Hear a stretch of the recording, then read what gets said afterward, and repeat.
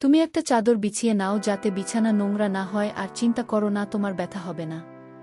আমি কলে হাত ধোবার সময় খেয়াল করলাম কাকিমা বাথরুমে যাচ্ছেন। কাকিকে বললাম, কাকি, আর একটা পরীক্ষা করা বাকি আছে। এই বলে আমি বাথরুমে চলে গেলাম। বাথরুমটা পুরো অন্ধকার, কোনো আলো নেই।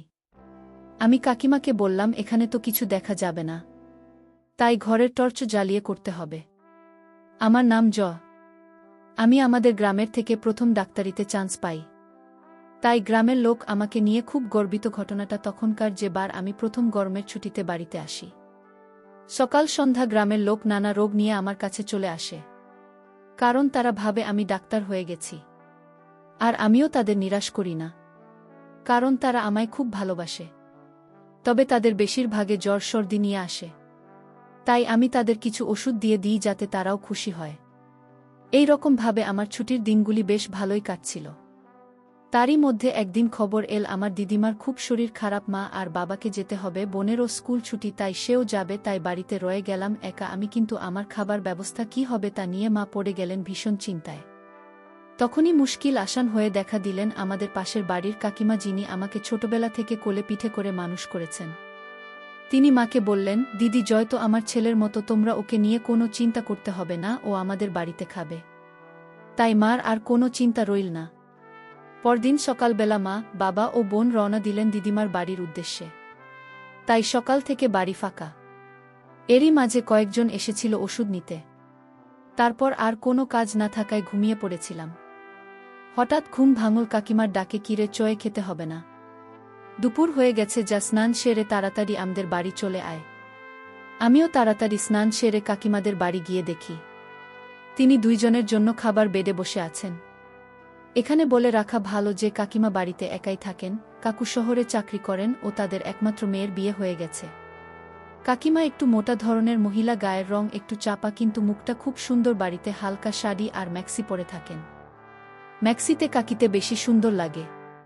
ঢিলেঢালা ম্যাক্সিতে কাকির সৌন্দর্য পাড়ার সবার মন কাড়ে। আমি যেতেই কাকিমা বললেন, তাড়াতাড়ি খেতে বসে পড়।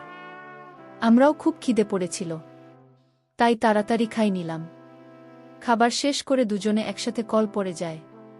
আমি হাত ধুতে আর কাকিমা বাসন মাজতে, তখন খেয়াল করলাম কাকিমা ঠিকমতো বসতে পারছে না। আমি ব্যাপারটা খাবার সময়ও খেয়াল করেছিলাম।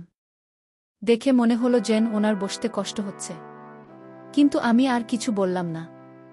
হাত ধুয়ে সোজা চলে এলাম ঘরে। ভাবলাম এখন আর বাড়ি গিয়ে কাজ নেই, এখানে কাকিমার সাথে বসে দুপুরটা কাটিয়ে দেব। কিছু সময় পরে কাকিমা ঘরে আসলেন হাতে পানের সাজি নিয়ে। বাঙালি মহিলাদের ভাত খাওয়ার পর পান খাওয়াটা যেন একটা নিয়ম।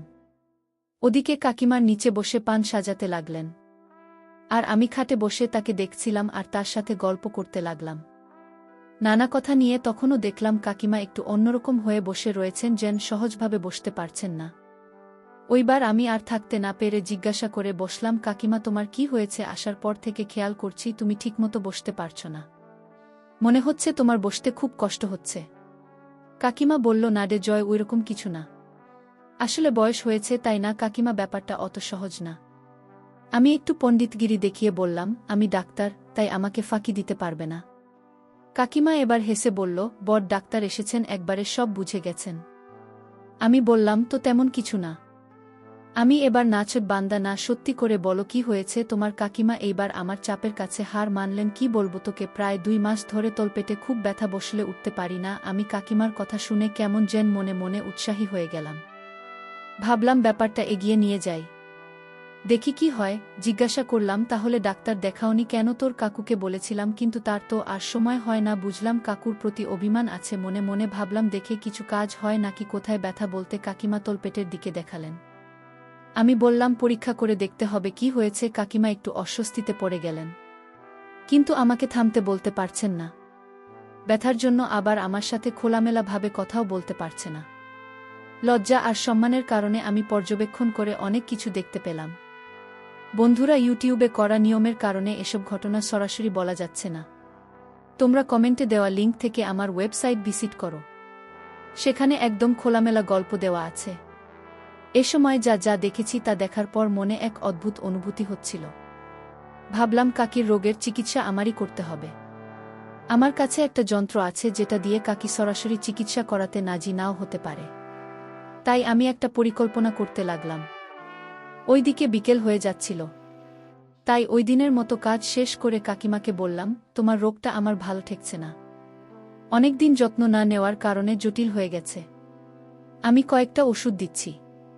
2 দিন দেখো, যদি না সারে তবে ছোট্ট অপারেশন করতে হবে। কাকিমা আমার অপারেশনের কথা শুনে কাকি উঠে বসে পড়লেন আর বললেন, কি বলছিস জয়, অপারেশন? যা শুনে তিনি কিছুটা ভয় পেয়ে গেলেন। তখন আমি তাকে বুঝিয়ে বললাম, কাকিমা ভয়ের কিছু নেই, ছোট্ট অপারেশন। তা আমি এখনই করতে পারব। আর ওষুধ তো দিলাম। যদি তাতে ঠিক হয়ে যায় তাহলে ওটার কোনো দরকার নেই। কিন্তু রোগটা আর ফেলে রাখা যাবে না। এমনি দেরির কারণে অনেক জটিল হয়ে গেছে। আর দেরি করলে সারানো মুশকিল হয়ে যাবে। কথা শেষ করে 2 জনে উঠে পড়লাম। কাকিমা নিজেকে গুছিয়ে নিলেন। তারপর একসাথে কল পাড়ে রওনা দিলাম। আমি কলে হাত ধোবার সময় খেয়াল করলাম কাকিমা বাথরুমে যাচ্ছেন। কাকিকে বললাম, কাকি আর একটা পরীক্ষা করা বাকি আছে। এই বলে আমি বাথরুমে চলে গেলাম। বাথরুমটা পুরো অন্ধকার, কোনো আলো নেই। আমি কাকিমাকে বললাম, এখানে তো কিছু দেখা যাবে না, তাই ঘরে টর্চ আছে? তিনি প্রতি উত্তরে শুধু হ্যাঁ বললেন। কোথায় বলতেই তিনি সেটা ঘরে টেবিলের উপরে আছে জানালেন। আমি দৌড়ে গিয়ে টর্চ নিয়ে এলাম, কাকিকে বসতে বলে আমি টর্চ দিয়ে পরীক্ষা করলাম। শেষবারের মতো হাত দিয়ে ভালো করে পরীক্ষা করে অনেক কিছু বুঝতে পারলাম। এরপর হাত ধুয়ে রাতে খেতে আসার সময় ওষুধ নিয়ে আসব বলে বাড়ি চলে আসলাম। আগের দিন বিকেলবেলা কাকিমার রোগ পরীক্ষার নাম করে অনেক কাজ করেছি, কিন্তু আমার মন চাইছে কাকিমাকে ভালো করে একটা ট্রিটমেন্ট দিতে হবে। রাতে তাদের বাড়ি খেতে গিয়ে আমি পূর্ব কথামতো তাকে কয়েকটি ওষুধ দিয়ে আসি। আসলে সেগুলো ছিল হজমের ওষুধ, যা দিয়ে তার ব্যথা কমার কোনো কারণ ছিল না, যাতে পরের দিন আমার প্ল্যান অনুযায়ী অপারেশনের বাহানায় কাকিমাকে চিকিৎসা দিতে পারি। পরদিন সকালের দিকে গিয়ে একবার তাকে জিজ্ঞেস করে আসি তার ব্যথা কমেছে কিনা। আমার প্ল্যান মতো তিনি উত্তর দিলেন না, তার ব্যথা কমেনি। ওইদিকে আমি মনে মনে খুশি হয়ে কিন্তু মুখ বেচার করে কাকিমাকে জানালাম, আজ সারাদিন ওষুধটা খেয়ে দেখো, যদি ব্যথা কমে তবে ঠিক আছে, না হলে কাল অপারেশন করতেই হবে। এই কথা বলে চলে এলাম। ওইদিকে আজ সারাদিন আমি বাড়িতে একা। তাই আমার প্ল্যান এর সবচেয়ে গুরুত্বপূর্ণ জিনিস অচেতন করার ওষুধ। শহরে চলে গেলাম। ওইদিকে কাকিমাকে বলে গেলাম কিছু বই আনতে, শহরে যাচ্ছি, ফিরতে রাত হতে পারে, অচেতন করার ওষুধ জোগাড় করা সহজ ব্যাপার নয়। তাই আমি এক সিনিয়র মেডিকেল ছাত্রের সাহায্যে নিজের মেডিকেল ছাত্রের পরিচয় দিয়ে অনেক কষ্টে ওষুধটা জোগাড় করলাম, যা দিয়ে কোনো ব্যক্তিকে প্রায় 5 ঘন্টা এমনভাবে অচেতন করে রাখা যায়, কিছুই টের পাবে না। যাই হোক, ওষুধ জোগাড় করে বাড়ি ফিরতে ফিরতে রাত হয়ে গেল।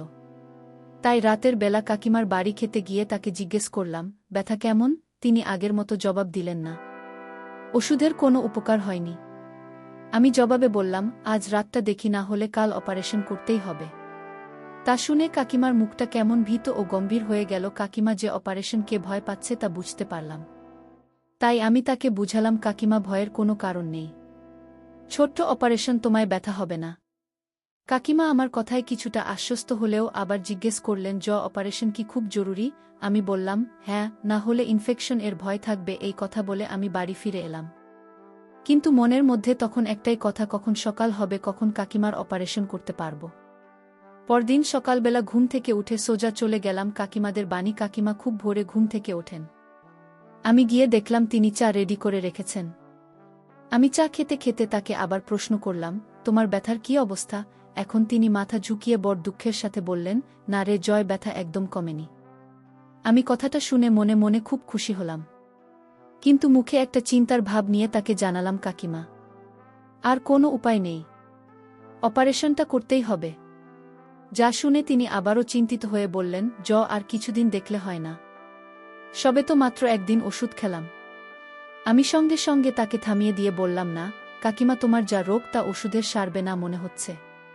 তবুও আমি একবার চেষ্টা করলাম, কিন্তু এরপরেও অপারেশন না করলে বিপদ হতে পারে। আমার কথা শুনে কাকিমা আরও ঘাবড়ে গেলেন। বললেন, দাঁড়া, তোর কাকুকে একবার জিজ্ঞেস করে দেখি। এটা শুনে আমি মনে মনে কিছুটা ভয় পেয়ে গেলাম যে এবার আমার প্ল্যানটা না ভেস্তে যায়। এমন সময় কাকিমা বললেন, ওর কাছে মোবাইল আছে না? আমাকে একটু দেনা, তোর কাকুর সাথে কথা বলে দেখি তিনি কি বলেন। আমি মন না চাইলেও অনিচ্ছা সহকারে মোবাইলটা তাকে দিলাম। তিনি মোবাইলে কাকুকে সব ঘটনাটা বললেন। শুনে তিনি বললেন, এই বিষয়ে সব জানে, তাই সে যেটা ভালো বুঝবে সেটাই করা উচিত। আরও যদি বলে অপারেশন করা জরুরি তাহলে তা করিয়ে নেওয়া ভালো। কাকুর সাথে কথা বলে কাকিমা এবার যেন অনেকটা হালকা হলেন। আর আমি মনে মনে খুব খুশি হলাম, কারণ আজ কাকুর পারমিশন নিয়ে আমি কাকিমার চিকিৎসা করব। কাকি জিজ্ঞাসা করলেন, জয় তাহলে কখন করবি? আমি কিছুটা ডাক্তারি ঝেড়ে বললাম, তুমি সকাল 10টার দিকে পেট ভরে খেয়ে নিবে আর ভালো মতো স্নান করে নেবে। আমি তোমাকে ওষুধ দিয়ে অচেতন করে নেব, তুমি বুঝতেই পারবে না কখন কি হয়েছে। যা শুনে কাকিমা বললেন, তাই নাকি, তাহলে খুব ভালো। আমি বললাম, তুমি ঘুম থেকে উঠে দেখবে সব শেষ। তাহলে আমি এখন যাই, 12টার দিকে আসব, তুমি রেডি থেকো। 12টার সময় আমি চলে আসলাম কাকিমাদের বাড়ি অচেতন করার ওষুধ আর আমার যন্ত্র নিয়ে। ঘরে গিয়ে দেখি যে তিনি রেডি হয়ে বসে আছেন। আমি সাথে সাথে তাকে বললাম, কাকিমা একটা বড় চাদর বিছিয়ে নাও, না হলে বিছানা নোংরা হয়ে যাবে। তিনি একটা চাদর এনে বিছানায় পেতে দিলেন। এরপর আমি অচেতন করার ওষুধ দিলাম। কিছুক্ষণ অপেক্ষা করতেই তিনি আস্তে আস্তে অচেতন হয়ে পড়লেন। আমি পরীক্ষা করে নিলাম যে তিনি ওষুধের প্রভাবে সম্পূর্ণরূপে অচেতন কিনা। এবার আমি চিকিৎসা শুরু করলাম। বড় একটা সাপোজিটার তৈরি করে নিলাম। বন্ধুরা, তোমরা নিশ্চয়ই বুঝতে পেরেছ আমি কিসের কথা বলছি। আস্তে আস্তে চিকিৎসা করতে লাগলাম। প্রায় 3টা 1 নাগাদে কাকিমার চিকিৎসা করার পর ক্লান্তি লাগছিল। এদিকে কাকিমা বুঝতে পারলেন না কি হয়েছে। এই 3 ঘন্টায় একটু পর আমি সব গুছিয়ে নিলাম। এরপর পাশে রাখা জলের বোতল থেকে জল নিয়ে ছিটিয়ে দিলাম তার চোখে মুখে। এতে তিনি কিছুটা স্বাভাবিক হয়ে এলেন। কষ্ট করে সামান্য উঠে বসে আমার দিকে তাকিয়ে প্রশ্ন করলেন, আমার একটু ব্যথা হচ্ছে, কি করেছিস তুই? আমি আমতা আমতা করে জবাব দিলাম, অপারেশনের পর ওই রকম একটু একটু হয়, 2-1 দিন ওষুধ খেলে ঠিক হয়ে যাবে, তুমি চিন্তা করো না, আমি আছে, ওষুধ দিয়ে দেব, 2-1 দিনে সব ঠিক হয়ে যাবে। আর তুমি এখন বেশি নড়াচড়া করো না, একটা বালিশ দিয়ে সোজা হয়ে শুয়ে থাকো, আমি চা করে আনছি। তারপর চলে গেলাম রান্নাঘরে চা বানাতে। মনের অনেকটা আশঙ্কা কেটে গেল যে কাকিমা কিছু ধরতে পারেননি, আমার কথা সরল মনে বিশ্বাস করে নিয়েছেন। আমি চা করে নিয়ে গেলাম কাকিমার কাছে। তিনি তখন বিছানায় শুয়ে রয়েছেন। আমি তাকে চা খাওয়ার জন্য ডেকে উঠে বসতে বললাম। তিনি অনেক চেষ্টা করেও উঠে বসতে পারলেন না। সদ্য চিকিৎসা করেছি তো, তাই একটু ব্যথা হচ্ছে। তারপর কাকিমার সাথে চা খেতে খেতে তাকে আরও ভালোভাবে বুঝিয়ে বললাম যাতে তিনি কোনো রকম সন্দেহ না করেন। তাই তাকে কিছু মিথ্যে গল্প বানিয়ে বললাম, কাকিমা, তোমার রোগটা খুব জটিল ছিল, যা তোমাকে আগে জানাইনি। কারণ তুমি ভয় পেয়ে যাবে, আমি তো আছি, সেটা কয়েকদিনের মধ্যে সরিয়ে ফেলব। আর এখন থেকে তুমি যতদিন ঠিক না হয়ে উঠছ, আমি তোমার সাথেই থাকব। এই বলে চা শেষ করে কাকিমাকে আবার বিশ্রাম নিতে বলে নিজেও চলে গেলাম রাতের খাবারের ব্যবস্থা করতে।